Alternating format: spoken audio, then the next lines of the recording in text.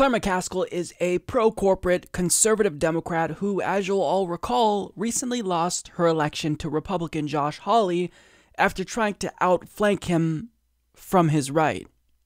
She's always been conservative, but she recently took a hard shift to the right in order to appeal to voters in her state. She thought that that would help her win rather than actually trying to excite her own base. But she lost, unsurprisingly, and one thing that really struck me is that she even pandered to racists. She said, when it comes to the migrant caravan, what we should do is stop them at the border. She said this. So she literally decided to invoke xenophobia and racism as a way of pandering to right-wing voters she thought she could win over. That strategy didn't work. She lost, and she's a loser. But now she's going to give Alexandria Ocasio-Cortez some advice, someone who just won her election, and she's going to be relatively condescending and explaining, look, you just can't be too liberal, AOC. You've got to be more conservative like me, even if I just lost. Well, what's her name that everybody's fascinated with from New York? Cortez? Yes. I mean, God love her, but I hope she listens to people who defeated Republicans, because it's the people who defeated Republicans in this election that we need to be emulating, not the people who defeated Democrats in primaries. And that goes back to the kind of purer than pure base that right. doesn't understand the broader picture.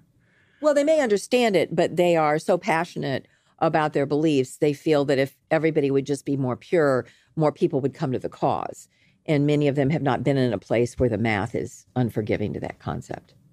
And so I just want to make sure that we don't make a mistake and go so far to the left in nominating a candidate that we lose all those white working class voters that had been a huge part of our party decades ago. While we maintain great enthusiasm by young people, we need somebody who can bridge that divide. So we have an opportunity in 2020, as long as we don't go so far off the left side of the earth that we alienate those people that when they hear the word free college, they hear that phrase, they think, oh, look, they're giving away something to other people besides me again. I had to earn mine. Why aren't they having to earn theirs? That thing is real. Sometimes going too far, we turn off people and make election victories impossible. I'll tell you a true story. I'm at a gas station in Kingdom City, which is a stop in the highway. And this is about a month after President Trump was inaugurated. And there was a good old boy over by the gas pumps. And he said, hey, you, which in Missouri is Senator. So I walked over and I said, what can I do for you, sir? And he started shaking his finger in my face. He said, I voted for you before and I may vote for you again. But I want you to know why I didn't vote for her, Hillary Clinton. I knew she cared about women. I knew she cared about Muslims. I knew she cared about Mexicans. I knew she cared about homosexuals. I really knew she, really cared a lot about black people. But I was pretty sure she didn't give a shit about me. What I find hilarious about everything she said there is that the strategy she's claiming we should use just failed Democrats. Running a centrist failed Hillary Clinton in 2016. It failed her, and it also failed other Democrats. It failed Heidi Heitkamp, Joe Donnelly, who basically also went full Republican. And now she's saying, look, we can't listen to these people who defeat Democrats. We've got to listen to people who defeat Republicans because they're the ones with the winning strategy. And if the goal is to defeat Republicans, then we can't listen to these far-left loons like AOC who didn't really even have to take on a Republican. And she said specifically, they, meaning progressives, feel that if everybody would be more pure, more people would just come to the cause, and many of them have not been in a place where the math is unforgiving to that concept. Except Stacey Abrams just tried the opposite strategy. What she tried to do in a deep red state, that is Georgia, is galvanize her base, register new voters, get people out to vote. That's what you're supposed to do if you're a Democrat, not pander to the right. And Stacey Abrams probably would have won in the event Brian Kemp wasn't a gigantic scumbag and didn't steal the election. Now, additionally, to say that you have to not be so far to the left, well, I mean, if you think that, that's fine, but We've tried this strategy again, time after time, and it led to Democrats being wiped out, losing 1,000 seats in legislatures across the country. And in 2018, more than half of Democratic Party House candidates running supported Medicare for All. They shifted to the left, and what happened? We had a massive blue wave. It didn't look like a blue wave at first. It looked like a blue trickle, but overall, we ended up taking back a ton of seats in the House. So what are you talking about, Claire? Your strategy is a proven failure. It didn't work for you, right? You just lost trying the strategy you're saying that other people need to try.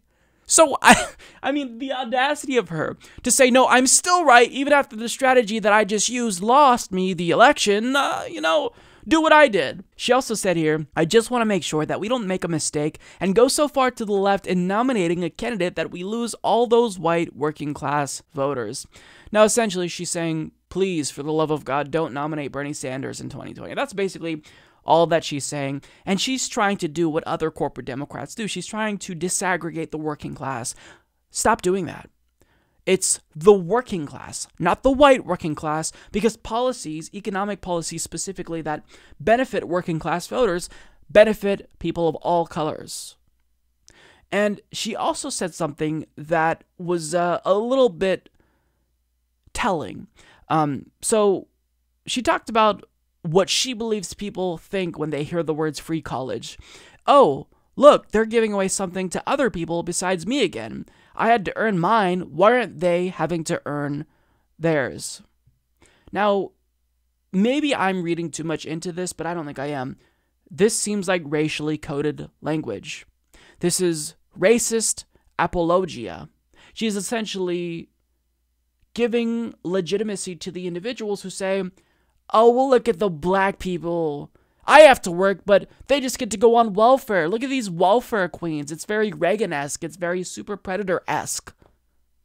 That is what it seems like she's saying here. Now, again, maybe I'm misinterpreting what she's saying here, but it seems as if this is the case. Furthermore, I'm assuming she's talking about older people when she says things like this, because the assumption is that these younger people, they don't even have to work. They just want everything for free when I had to earn college. But the problem is that she's not acknowledging that they're not acknowledging that the economy changed. We're working twice as hard to get half as far. So you didn't earn shit. Baby boomers who like to denounce millennials as lazy, they benefited from social democratic policies and education that was subsidized by the big government they now bemoan. Now, she also cited this example that she thought was profound of some voter who said, Hillary Clinton, I thought that she cared for marginalized communities. I was sure of that, but she certainly didn't care about me, a white person. That's not profound, Claire. That voter is uninformed. It's on you to inform him.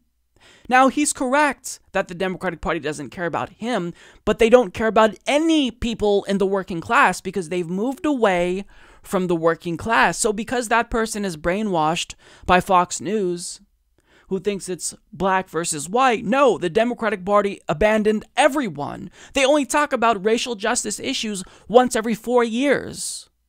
We've only now seen a sustained effort to push for criminal justice reform and whatnot, because liberals, progressives like myself, are continuously putting pressure on them. But she's basically saying, oh, well, see, this is reason why we got to go back and start getting those white working class votes. No, we need to get the working class votes. Stop disaggregating classes.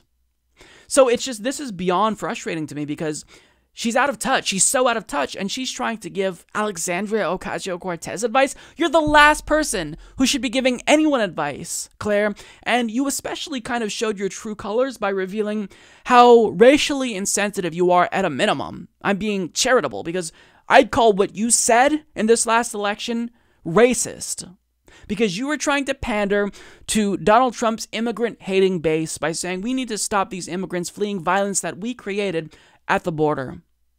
So you're a disgusting person, Claire.